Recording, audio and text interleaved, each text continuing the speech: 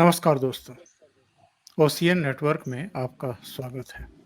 बांग्लादेश में जो कुछ हो रहा है, आज हम उसी पर चर्चा करेंगे और बांग्लादेश में जो हो रहा है, उसको लेकर के भारत में क्या हो रहा है, इस पर भी चर्चा करेंगे। बांग्लादेश में अभी भी हिंदुओं के गाँव में, उनके प्रतिष्ठानों में, उनके घरों में आग लगाई जा रही है। जगह-जगह चिटगाँव से लेकर के ढाका तक और कुछ दूसरी जगहों पर हिंदू लाखों की संख्या में, हजारों की संख्या में सड़कों पर उतरे हैं, विरोध प्रदर्शन किया है। उन्होंने कृष्ण और राम के नारे लगाए हैं, वहाँ पर एकजुटता का प्रदर्शन किया है। कुछ ऐसे वीडियो भी वायरल हो रहे हैं, जिनमें जो युवतियाँ हैं, हिंदुओं की जो युवतियाँ हैं, वो अपने हाथों में धारदार हथियार लेकर के चल रही हैं, जिनमें कुल्हाड़ी है, फरसा टाइप कुछ है। कुछ लाल मिर्च का पाउडर पानी में डाल करके अपने साथ किसी ने अगर बदनियती से उनकी तरफ हाथ बढ़ाए तो उसके चेहरे पर, शरीर पर छिड़कने की भी पूरी तैयारी। यानी वो लोग अब वो संघे शक्ति का नारा बुलंद करते हुए एकजुट हो रहे हैं। लेकिन समस्या तो जस की तस है। यूएन भी इसकी निंदा कर चुका, अमेरिका के कुछ सांसद कर चुके, यहाँ तक कि भारत में भी जो सत्तारूढ़ पार्टी है, जो प्रधानमंत्री हैं नरेंद्र मोदी, उनकी तरफ से भी बयान आ ही चुका है। लेकिन अभी भी कांग्रेस और समाजवादी पार्टी जैसे जो दल हैं, उनके जो नेता हैं, वो बहुत गोलमोल भाषा में बात कर रहे हैं या स्टेटमेंट जारी कर रहे हैं। आज कई पहलुओं पर इसके चर्चा करेंगे हम लोग। मेरे साथ अनुपम मिश्रा जी जुड़ रहे हैं प्रयागराज से, उनको जोड़ करके चर्चा को आगे बढ़ाएंगे। अनुपम जी, बहुत नमस्कार सर। स्वागत है आपका। सर नमस्कार। नमस्ते, नमस्ते सर। अनुपम जी, सबसे पहले तो मैं जो नई सरकार या नया निजाम वहां बना है फौरी तौर पर, शायद चुनाव तक के लिए, मैं उसमें जो एक तो बताए शुरू में बताए जा रहे थे कि ये मोहम्मद यूनुस के सलाहकार हैं, फिर अब बताया जा रहा है कि ये होम मिनिस्ट्री के सलाहकार हैं और उन्होंने हाथ जोड़ कर के माफ़ी मांगी है ऑन कैमरा। इनकी बात सुन लेते हैं, ये क्या कह रहे हैं। इनकी ये जाहिर है बांग्ला भाषा में बोल रहे हैं, पर इनका कुल मिलाकर के जो कहना है वो ये है, इन्होंने स्वीकार किया है कि हिंदुओं पर बर्बरता हो रही है, हिंदू स्त्रियों पर, युवतियों पर क्रूरता हुई है, उनके साथ अन्याय हुआ है, उनको निशाना बनाया गया है और इनकी सरकार या इनके पहले की सरकार ये हिंसा रोकने में पूरी तरीके से नाकाम रहे हैं। यानी वहाँ का जो निजाम है वो स्वीकार कर रहा है कि हिंदुओं को निशाना बनाया जा रहा है, पर हमारे यहाँ विपक्ष को काफ़ी समय लग गया बयान जारी करने में भी। सुन लेते हैं ये क्या कह रहे हैं। সারাক্ষণ নামাজ পড়েন, এটাই হিসাব আপনাকেও দিতে হবে যে আপনি কেন প্রোটেক্ট করতে পারলেন না যারা আপনার কাছে প্রোটেকশন চেয়েছে। এটা আমাদের ধর্মেই আছে যে আপনি প্রোটেক্ট করবেন, বিং বিং বিং মেজরিটি।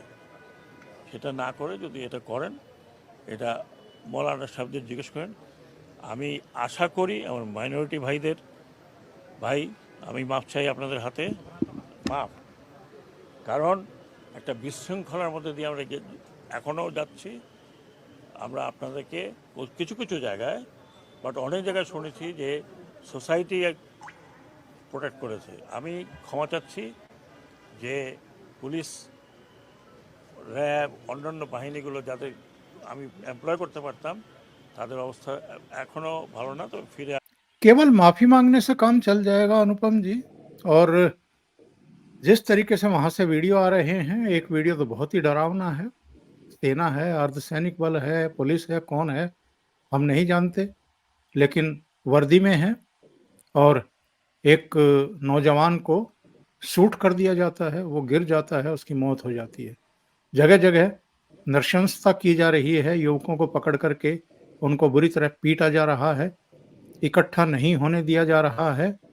ये सब और हमारे यहाँ चुप्पी।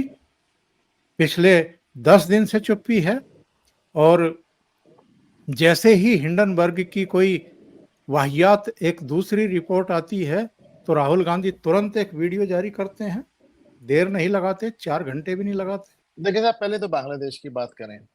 मुझे नहीं मालूम ये कौन शख्स थे जो माफी मांग रहे थे, और मोहम्मद यूनिस के वहां कहाँ से सलाहकार होंगे? तो खुद ही सलाहकार हैं, वो तो खुद ही सलाहकार हैं। उन्होंने प्रधानमंत्री पद नहीं स्वीकारा, चीफ एग्जीक्यूटिव ऑफिसर पद नहीं स्वीकारा, क्योंकि उनको मालूम था कि वहां सत्ता तो चलनी है जमात इस्लामी की, हिफाजत इस्लाम की, फौज की। उन्हें मालूम था मेरी चलना तो कुछ है नहीं, तो उन्होंने अपने आप को मुख्य सलाहकार कहा है। तो जो खुदे सलाहकार हैं तो उनके क्या सलाहकार होंगे?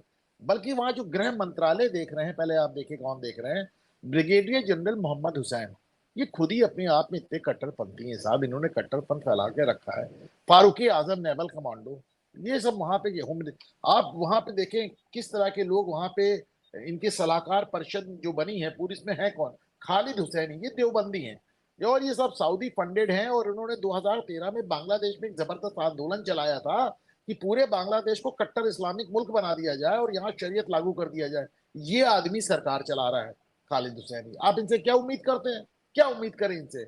इसमें जो स्टूडेंट लीडर्स है, नाहिद इस्लाम वगैरह, ये सब जो हिफाजत इस्लाम और जमात इस्लामी के साथ मिलके ये सब कर रहे हैं, हिंदुओं के गांव जल रहे हैं साहब। वहां लड़कियों की, औरतों की लाशें नदियों में तैर के बाहर आ रही हैं। आप इनसे आप कोई उम्मीद नहीं। रही बात भारत की, तो साहब आप जो आप कह रहे हैं कि गोल मोल बात कर रहे हैं, मैं इसमें थोड़ा सा वो करूं। राहुल गांधी ने तो कोई बयान ही नहीं दिया इसमें, ना गोल ना मोल। उन्होंने तो कोई बयान, बल उन्होंने तो बस सिर्फ एक काम किया, मोहम्मद यूनुस को उन्होंने सद्भावना दी और बधाई दी है कि साहब बहुत बधाई हो आप। और आपने देखा है कि साहब वो जो एक बांग्लादेश के एक पत्रकार है जो वहां पे ब्लिट्स अखबार चलाते हैं, पहले ब्लिट्स अखबार हमारे यहाँ भी सलाउद्दीन चलता था, सलाउद्दीन चौधरी। सलाउद्दीन शोक चौधरी। तो वो उसके सब पादा क्यों, जमाने से इस बात को, आज से नहीं जमाने से, कई महीनों से हम उनको फॉलो कर रहे हैं, हम देख रहे हैं उस तरह की बातें लगातार बता रहे हैं। तो वो कहते हैं कि साहब राहुल गांधी तो वहां जाके खालिदा जिया के लड़के जो तारिक रहमान है उनसे मिले थे जाके, और वो डोनाल्ड लू के साथ बैठ के उन्होंने सब साजिश, सब वो उन्होंने पहले खोल रखा है। आज मैंने देखा कि सलाउद्दीन चौधरी ने एक ट्वीट किया, उन्होंने कहा था, अच्छा उन्होंने पहले जब तक परसों ट्वीट किया था, तो उन्होंने कहा था कि राहुल गांधी को मैं चुनौती देता हूँ कि मेरी बात को गलत कहें एक बार, और मैं सबूत देता हूँ। राहुल गांधी कुछ बोले नहीं, तो आज उन्होंने दूसरा ट्वीट, उन्होंने, मुझे मालूम था, उन्होंने कहा कि राहुल गांधी मेरे ट्वीट पे एकदम चुप्पी साध जाएंगे, कुछ नहीं बोलेंगे। और उसके बाद उन्होंने जो आउटलुक मैगजीन है उसका एक पुराना इशू शेयर किया है, उसमें सोनिया गांधी की जो पिताजी हैं वो बता रहे हैं कि किस तरह से वो मुसोलिनी के नाजी फॉलोअर थे, और किस तरह वो कट्टर नाजी हैं, ये नाजी और फासिस्ट जो दुनिया को कहते हैं, वो सोनिया गांधी के पिताजी इंटरव्यू में बता रहे, मैं हूं नाजी, मैं हूं फासिस्ट। आप सोचें, तो वो उनको टॉन्ट कर रहे हैं लगातार। तो राहुल गांधी ने इस मुद्दे पे एक लफ्ज नहीं बोला, एक शब्द नहीं बोला, अपना मुंह ही नहीं खोला। कांग्रेस ने किसी, अब अगर जैसे शशि थरूर जैसे लोग ट्वीट करते भी हैं तो उसमें लिखते हैं लेकिन हमको पता चला है कि वहां पे बांग्लादेश में बहुत ढेर सारे लोग ऐसे हैं जो हिंदुओं को बचा रहे। कौन कहाँ बचा रहा है? आज देखिए फौज का आया कि चूंकि हिंदुओं को वहां प्रदर्शन हो गया, अब प्रदर्शन हो गया तो चारों तब पूरी दुनिया में फैल गया। तो अब उसको पर जो आर्मी आज लोगों को मार रही है, जो आप गोली मारने का जिक्र कर रहे हैं, आर्मी को ये वहां पे से निर्देश दिया गया है कि साहब आप हिंदू प्रदर्शन ही ना करने पाए। तो ये भारत तो है नहीं कि आपने यहाँ पे शाहीन बाग लगा दिया और पूरे देश की राजधानी को साल भर तक बंधक बना लिया। भारत तो है नहीं कि आपने फार्म लॉज बना दिया, आपने सिंधु बॉर्डर, आपने ये जो हरियाणा में जो बॉर्डर है, क्या नाम है उसका, तो उसको आपने ब्लॉक कर रखा हुआ है। आपने उसपे कहते हैं हाईवे पे ट्रैक्टर लगा के घर बना रखे हैं। हाँ, तो आपको प्रदर्शन भी हम नहीं करने दे रहे हैं। और रही अब राहुल गांधी का, तो आप एक शब्द नहीं बोला है। अखिलेश यादव के ऊपर इतना ज्यादा दबाव बढ़ गया, तो उन्होंने आज एक लंबा चौड़ा एक निबंध लिखा, नहीं लिखवाला है, माना जा रहा है कि लक्ष्मण यादव ने लिखा है। अरे साहब, उनका निबंध तो देख के मैं, मतलब मेरी एकदम समझ के बाहर है कि उन्होंने क्या लिखवाया। मतलब आप एक सेकंड सर आपसे चाहूंगा, जरा आप सुने जरा, मतलब कोई इसको, इसका सर पैर नहीं समझ। संस्कृत निष्ठ भाषा इस्तेमाल की गई है। संस्कृत निष्ठ भाषा ही नहीं, एक पूरा निबंध है, और जिसका ना सर नजर आ रहा है ना पैर नजर आ रहा है। अब देखे, अच्छा मैंने उसको ट्वीट भी किया, उसमें उन्होंने देखिए किस तरह के क्या क्या लिखा है उन्होंने। मतलब जैसे ना, सुने आप, विश्व इतिहास गवाह है कि विभिन्न देशों में सत्ता के खिलाफ उस समय की कसौटी पर सही गलत कारणों से हिंसक जनक्रांतियां, सैन्य प्रत्यापलट, सत्ता विरोधी आंदोलन विभिन्न कारणों से होते आ रहे हैं। ऐसे देशों उस देश का पुनरुत्थान हुआ है जिसने समाज में अपने सत्ता शून्यता के उस उथल पुथल भरे समय में भी अपने देशवासियों की जान माल व मान की रक्षा करने में जन्म धर्म विचारधारा संख्या व अपुल बलपता या किसी अन्य राजनीतिक विद्वेष या नकारात्मक संकीर्ण और अधिक करके, मतलब अब तो 6 पेज का निबंध लिखा हुआ डाला उन्होंने। अरे लिखना दूर की बात, अखिलेश को पढ़ के सुना दें तो मैं जान जाऊं। तो बहरहाल तो मैंने उसमें लिखा भी है, मैंने सब ट्वीट किया कि अखिलेश यादव की इस भारी भरकम पोस्ट को यदि समझने में दिक्कत आ रही हो तो उनकी केवल एक लाइन पे गौर करें। ये लाइन है कि किसी भी देश के आंतरिक मामलों से प्रभावित होने वाले किसी अन्य देश द्वारा एकल स्तर पे हस्तक्षेप करना वैश्विक राजनयिक मानकों पर उचित नहीं माना जाता है। तो यानी कि क्लिष्ट भाषा और गूढ़ अंदाज में लिखवाए गए इस निबंध का इकलौता सुझाव यह है कि बांग्लादेश की आंतरिक राजनीति से भारत के प्रभावित होने के बावजूद हमको बांग्लादेश में दखल नहीं देना चाहिए और बांग्लादेशी हिंदुओं को उनके हाल पर छोड़ देना। उन्हें ये मरने एकदम देना कुल चाहिए, मिला मर रहे हैं एक मरने लाइन देना में। चाहिए। तो हाँ, तो फिर उनकी इसकी बड़ी साफ आलोचना हुई, बड़ी आलोचना हुई। तो उन्होंने फिर एक दूसरा ट्वीट किया। अब वो दूसरा ट्वीट भी आप समझिए, आप मतलब आप सुन के हैरान हो जाएंगे। वो बांग्लादेशी हिंदुओं की बात नहीं कर रहे हैं, वो साहब बात कर रहे हैं कि बांग्लादेश में अलग नजरिए वाला बहुसंख्यक शेख हसीना की पार्टी के मुसलमानों की पैरवी कर रहे हैं। वो बाद में वो एक लाइन ये भी जोड़ रहा है कि हिंदू सिख बौद्ध या कोई और धर्म मानने वाला हो तो वो भी सुरक्षित है।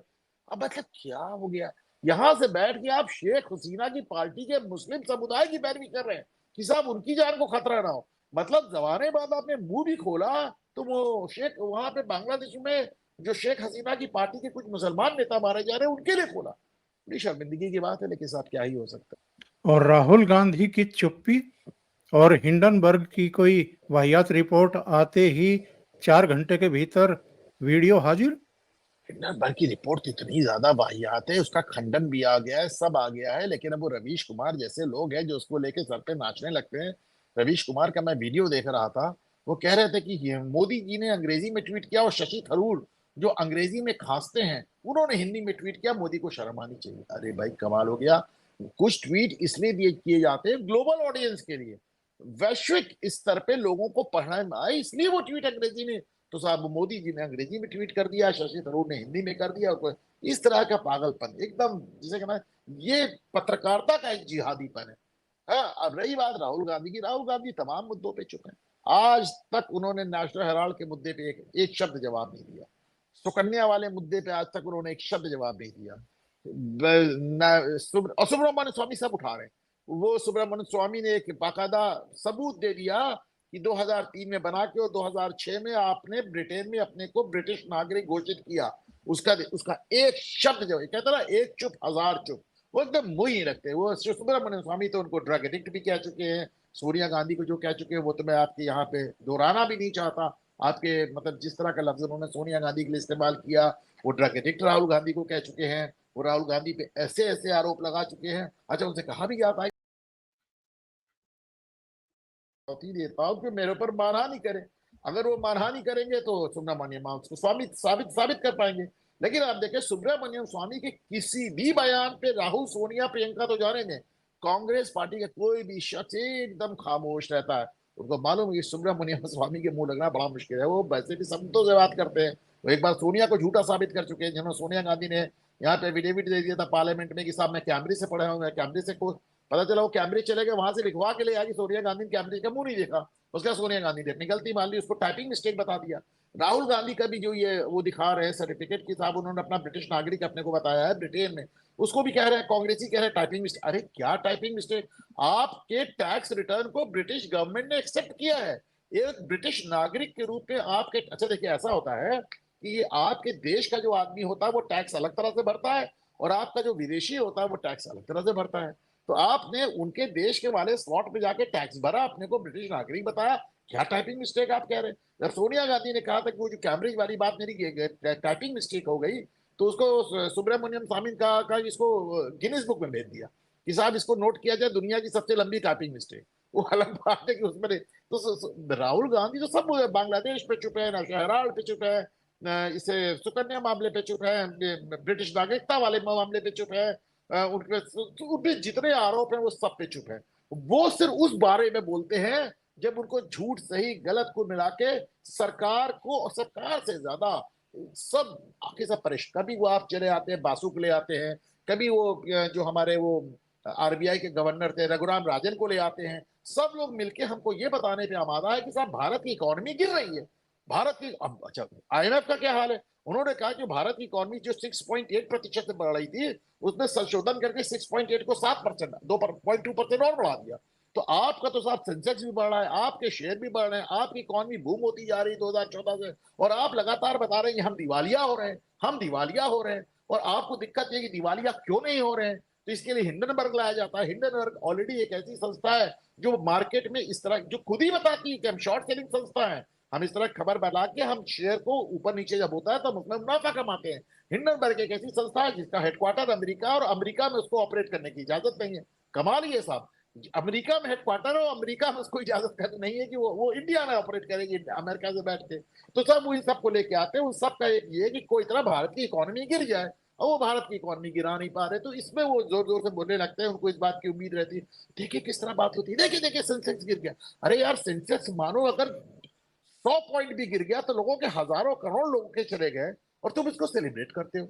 वैसे तो सेंसेक्स गिरता तुम्हारे कहने से नहीं गिर उठ रहा है। और इस बार तो आपने देखा कि हिंडनबर्ग रिपोर्ट का सेंसेक्स में कोई असर भी नहीं पड़ा उनका। नहीं, ये क्या मानसिकता है? एक तरफ इनकी मम्मी भी चाहती है कि ये देश का नेतृत्व करें, नेहरू की तरह, इंदिरा की तरह, उनके पति की तरह, और दूसरी तरफ ये लगातार भारत का अहित भी चाह रहे हैं। कोविड काल में आपने ठीक कहा, भौमिक से लेकर के अमर्त्य सेन और रघुराम राजन, पता नहीं किस किस के इंटरव्यू कर डाले, कौशिक और बासु। कुल कुल मिलाकर के इनका जिस्ट ये था सबका कि साहब आर्थिक सुनामी आने वाली है, सब बेरोजगार हो जाएंगे, भारत तो बर्बाद हो जाएगा।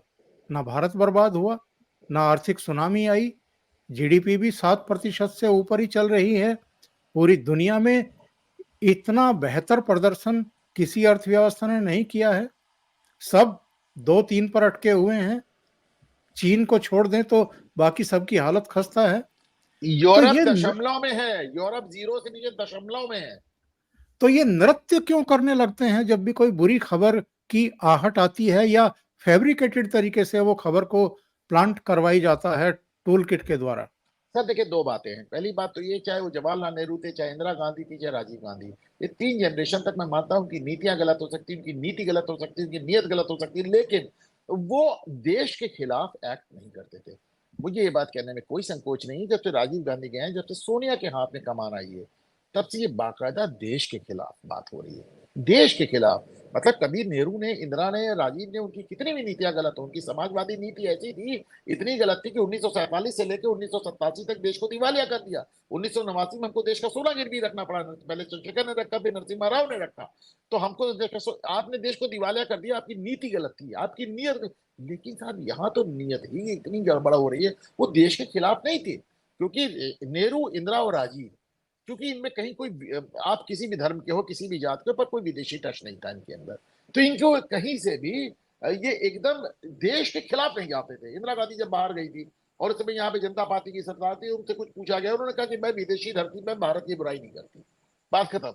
तो लेकिन ये सोनिया, राहुल और प्रियंका से बड़ा अजीब सा मामला, सब एकदम देश के खिलाफ जा रहे हैं। इससे बुरी बात यह है कि आप देश में बाकायदा बर्बादी बुला रहे हैं, उसके लिए आप कोशिश कर रहे हैं, उसको सेलिब्रेट कर रहे हैं। लेकिन इससे ज्यादा दुखद बात है कि इन लोगों के चलते इस देश में लाखों करोड़ों लोग ऐसे पैदा हो गए हैं जो उस बर्बादी को चाहते भी हैं, उसको बुलाते भी हैं, उसको सेलिब्रेट भी करते हैं, जो चिल्ला चिल्ला के कह रहे हैं इस देश में गृह युद्ध होगा, जो चिल्ला चिल्ला के कह रहे हैं इस देश में प्रधानमंत्री और तमाम भाजपाइयों को दौड़ा दौड़ा के ऐसे ही मारा जाएगा, जो चिल्ला चिल्ला के कह रहे हैं ये देश दिवालिया हो जाएगा, जो चिल्ला चिल्ला के कह रहे हैं ये देश बर्बाद हो जाएगा। आप सोच के देखें कि इन्होंने क्या नेतृत्व दिया है, कैसे नेता है, कैसे फॉलोवर इन्होंने पैदा किए। बहुत दुख की बात है ओंकार जी। नहीं, देश की जनता ने अगर 3 बार आपको ठुकरा दिया है तो इसलिए ठुकराया है कि आप पर विश्वास नहीं जम रहा है देश की जनता का, और जिन पर देश देश को विश्वास है उनको तीसरी बार प्रधानमंत्री बनाया है। तो इसमें देश की बर्बादी ही चाहने से क्या देश आपको जब चौथा चुनाव होगा तो पसंद कर लेगा, आपको प्रधानमंत्री बना देगा? देखिए साहब, नैरेटिव की बात है, जिसको 99 सीट को अपनी जीत बता रहे हैं, वो भारतीय राष्ट्रीय कांग्रेस की 150 साल की हिस्ट्री में तीसरी सबसे बड़ी हार है। 2014 में सबसे बड़ी हार थी, 2019 में नंबर 2 और 2024 में नंबर 3। इनकी तीसरी सबसे बड़ी हार है इनके इतिहास की, जिसको ये अपनी जीत बता के सेलिब्रेट कर रहे हैं। अब आप इसको समझिए कि इस तरह नैरेटिव बनता है। रही बात राहुल गांधी की, तो साहब राहुल गांधी क्या एक, मैं क्या बोलूं, मतलब कभी-कभी मुझे बहुत अफ़सोस होता है कि साहब आप इस देश का नेतृत्व भी करना चाहते हैं और आप इस देश का अमंगल भी मना रहे हैं। नहीं, बहुत सारे लोगों का ये कहना होता है जब हम लाइव होते हैं या हमारे वीडियो की स्ट्रीमिंग खत्म हो जाती है, बाद में भी लोगों की प्रतिक्रियाएँ आती हैं कि साहब नरेंद्र मोदी ज़िम्मेदार हैं, ऐसे लोगों को उठा कर के जेल में क्यों नहीं ठूँस रहे हैं। यानी ये वैसे ही बात है कि अगर पूर्वी लद्दाख में, गलवान में चीन घुसपैठ कर रहा है, तो उसके लिए भी मोदी ज़िम्मेदार। पश्चिमी सीमा पर अगर पाकिस्तान घुसपैठ करा रहा है आतंकवादियों को और इंसर्जेंसी और दूसरी तमाम चीज़ें हो रही हैं, तो उसके लिए भी नरेंद्र मोदी और हमारी सेना ज़िम्मेदार। जो ये कृत्य कर रहे हैं, वो ज़िम्मेदार नहीं हैं। नंबर 2, ये जो माँग की जा रही है कि राहुल गांधी को अंदर क्यों नहीं डाल दिया जाता है, क्या राहुल गांधी कुछ वैसा ही करने के लिए उकसा रहे हैं सरकार को? सर, मैं दोनों बातों का जवाब देता हूँ। आज मैंने एक ट्वीट किया है, मैं पढ़ के सुना रहा हूँ। मैंने लिखा है कि भारतीय जनता पार्टी के समर्थक सरकार से सख्ती की उम्मीद करते हैं, परंतु दिक्कत ये है कि कहाँ-कहाँ और किस-किस पर सख्ती की जाए। एमएसपी को लेकर हिंसक किसानों पे की जाए, अग्निवीर को लेके हिंसक छात्र आंदोलन पे की जाए, सीएए एनआरसी को लेके मुस्लिम समुदाय पे की जाए, सनातन को मिटाने का दावा करने वाले डीएमके और कांग्रेस के मिनिस्टर्स मंत्रियों पे किया जाए, रामचरितमानस को जलाते राष्ट्रीय जनता दल और समाजवादी पार्टी के नेताओं पे किया जाए, फिलिस्तीन को लेकर पुलिस से उलझते और बवाल करते हुए वामपंथियों पे किया जाए, अनर्गल और फर्जी बयान देते हुए बड़े विपक्षी नेताओं पे किया जाए, अराजकता का माहौल बना रहे अर्बन नक्सल पे किया जाए, झूठ के आधार पर नैरेटिव चला रहे सोशल मीडिया हैंडलों पे किया जाए, इन सबको कवर फायर देती हुई देशी और विदेशी मीडिया को दिया किया जाए। लेकिन या फिर इन सब को जो हमारी एक संवैधानिक व्यवस्था में एक न्यायिक जो संरक्षण मिला हुआ है उस पे किया जाए। किस पे किया जाए साहब? ये तो मतलब बड़ा, आप इन्होंने एक पहले देखिए ऐसा होता था कि सरकार चलाती थी, वो विपक्ष उसको घेरता था, विपक्ष सरकार को घेरता था। आज की तारीख में विपक्ष देश में अराजकता फैला रहा है, तो साहब किसको किसको किया जाए, करोड़ों लोगों पे कैसे कार्य। हालांकि देखिए अंतर आया है इस बार, लगातार मोदी में अंतर आ रहा है। और आपने देखा कि रात को 2 बजे राहुल गांधी को ट्वीट करना पड़ता है कि ईडी मेरे खिलाफ कार्रवाई करने जा रही। अरे यार 2 बजे क्यों ट्वीट कर रहे हो? लेकिन अब पता चल रहा है, जो बात मैं आपके शो में कई बार कह चुका हूँ कि नेशनल हेराल्ड वाले मामले में तेजी आनी चाहिए। अब पता चला कि साहब नेशनल हेराल्ड वाले मामले में तेजी आ रही है, ईडी कार्रवाई कर रही है। अभी तक कहीं ना कहीं भाजपा इसको समझती थी, मुझे कहने में कोई संकोच नहीं है कि राहुल गांधी को खुला रहने दो, राहुल गांधी को आजाद रहने दो, राहुल गांधी को नेता विपक्ष बना रहने दो, भाजपा की इसी में भलाई है। क्योंकि राहुल गांधी को एक विदूषक की तरह भाजपा पेश कर रही थी कि जब तक राहुल गांधी रहेंगे तब तक भाजपा जीतती रहेगी। लेकिन इस बार आपने देखा कि आप उन्हें लाख विदूषक कहें, आप उन्हें लाख पप्पू कहें, लेकिन ये कहते हैं ना, रस्सी आवत जात है सिल पर पड़त निशान। यानी जो कुएं की रस्सी आते जाते जो एक पत्थर की जो चौखट होती है इस कुएं की, उसको काट देती है। राहुल गांधी भी लगातार एक झूठा नैरेटिव फैलाते फैलाते कहीं ना कहीं अपना चूरन बेचने में कामयाब हो गए हैं, चाहे आंशिक रूप से। अब कहीं ना कहीं भारतीय जनता पार्टी को 2024 में लगे झटके से उनको समझ में आया कि नहीं साहब, कानून को अपना काम करने देना चाहिए और इनको बहुत ज्यादा बेनिफिट ऑफ डाउट देने की जरूरत नहीं है। बिल्कुल सही बात कह रहे हैं आप।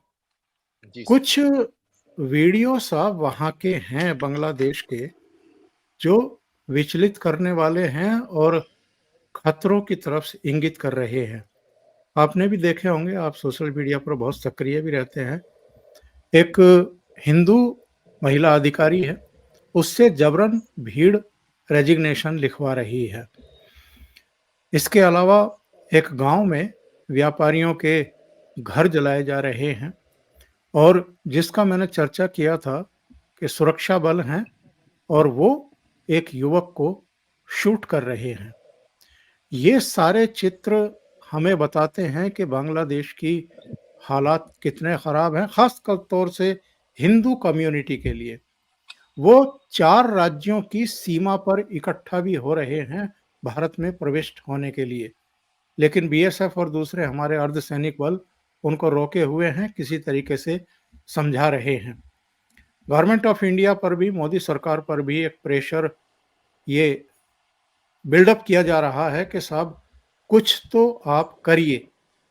आपकी दृष्टि में मोदी सरकार के पास करने को क्या है?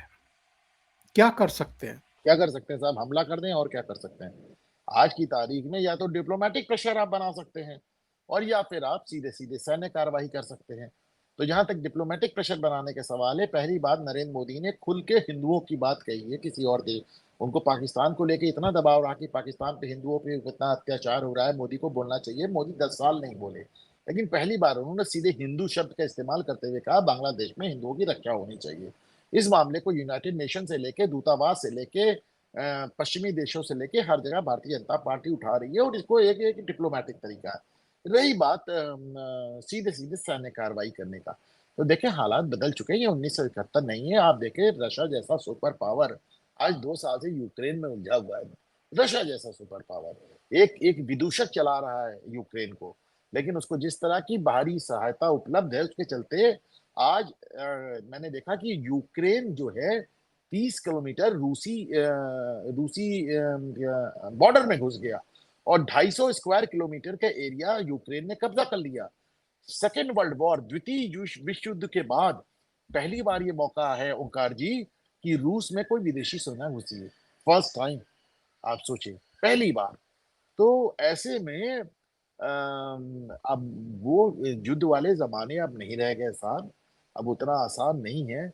लेकिन मेरा गट फीलिंग कहता है ओंकार जी, और आज आपके शो पे कह रहा हूं, मेरा गट फीलिंग कहता है कि आप कुछ ना कुछ भारत सरकार को करते जरूर देखेंगे। एक मैं अभी अभी देख उम्मीद रहा था ट्विटर पे ओंकार जी, एक नदीम अली करके हैं, वो केजरीवाल के बहुत खास हैं। उनका मैंने 2 दिन पहले ट्वीट किया था कि साहब वो सीधे सीधे, 3 दिन पहले मैं ट्वीट किया था कि साहब वो सीधे सीधे गृह देश में युद्ध गृह की युद्ध बात कर रहे मांग हैं। रहे हैं। हम्म, और आप क्या हम्म, लिखा भी था मैंने, आज वो गिरफ्तार हो गए।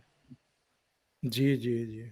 चलिए, हम तो यही कामना करते हैं कि कम से कम हिंदुस्तान में जो इस हिंसा के समर्थक बैठे हैं, ये मामला इस नदीम अली तक सीमित ना रहे, मणिशंकर अय्यर, सलमान खुर्शीद जैसों तक भी जाए। अगर उनके गिरबान तक कानून का हाथ पहुंच जाएगा तो मेरे विचार से ये बड़ा संदेश जाएगा।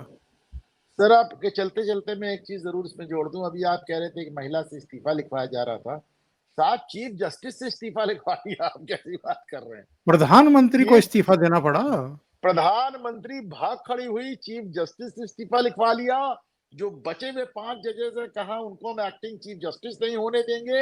अपने मनपसंद जज का नाम दिया, उसी को चीफ जस्टिस बनवाया। तो क्या साहब, मतलब वहां तो देखिए, एक सिंपल सी एक लाइन में मैं हमेशा कहता हूं, समझ लो भाई कि खालिदा जिया और शेख हसीना की लड़ाई है, 2 मुस्लिम गुटों की लड़ाई है। एक तरफ जमात इस्लामी है, दूसरी तरफ वो हिफाजत इस्लाम है। और उसमें अगर हिंदुओं को मारा जा रहा है और मंदिर जलाए जा रहे हैं, हिंदू युवतियां उठाई जा रही हैं, तो ये कुछ नहीं साहब, ये कोई लोकतांत्रिक तमाशा नहीं है। ये सीधे सीधे एक इस्लामिक जिहाद है, इस्लामिक क्रांति है ईरान की तरह। इसमें मुझे कोई संदेह नहीं है। जिस तरह ईरान में वो क्रांति तेहरान यूनिवर्सिटी से खड़ी हुई थी, और जैसे ही खुमैनी आए, आयतुल्लाह खुमैनी फ्रांस से आते हैं, वो सबसे पहले उन्हीं छात्रों का मर्डर कराते हैं और आज तक वहां छात्र मारे जा रहे हैं। उसी तरह ये क्रांति आज ढाका यूनिवर्सिटी से खड़ी हुई है। ढाका यूनिवर्सिटी में उन छात्रों को शर्म नहीं आई 1971 के उस मेमोरियल को गिरा दिया, जो मेमोरियल जनरल जगजीत सिंह अरोड़ा और जनरल ए खान नियाजी के बीच में इंस्ट्रूमेंट ऑफ सरेंडर का जो कहते हैं मेमोरियल था, उसको गिरा के उन्होंने ये बात साबित कर दी, जो मैं पहले दिन से कह रहा हूं कि बांग्लादेश की नई सरकार आईएसआई की गोद में बैठ चुकी है। आईएसआई की मतलब आप सीधे सीधे जब आप उस मेमोरियल को गिराते हो तो यानी आप पाकिस्तानी फौज का पक्ष ले रहे हो ना। तो बांग्लादेश में जो ये अब तक रजाकारों के लिए था बात, अभी एक बड़ी संख्या में बांग्लादेश की सरकार, बांग्लादेश के लोग आईएसआई की गोद में बैठ चुके हैं। और आईएसआई के हवाले से याद आया कि साहब आज पाकिस्तान में जनरल हामिद आईएसआई के पूर्व जो चीफ थे इमरान खान के टाइम में, उनका कोर्ट मार्शल हो गया है। आज तक पाकिस्तान के हिस्ट्री में एक लेफ्टिनेंट जनरल लेवल के आदमी का कभी कोर्ट मार्शल नहीं हुआ। ये भी पाकिस्तान की फौज को लेकर एक नया इतिहास लिखा जा रहा है उनका जी। बहुत बहुत धन्यवाद अनुपम जी, आप जुड़े, ओशियन नेटवर्क के लिए इतना समय निकाला, कई थैंक मुद्दों यू पर सर। बहुत बेहतरीन आपने विचार व्यक्त किए। थैंक यू सो मच जुड़ने के लिए। Thank you.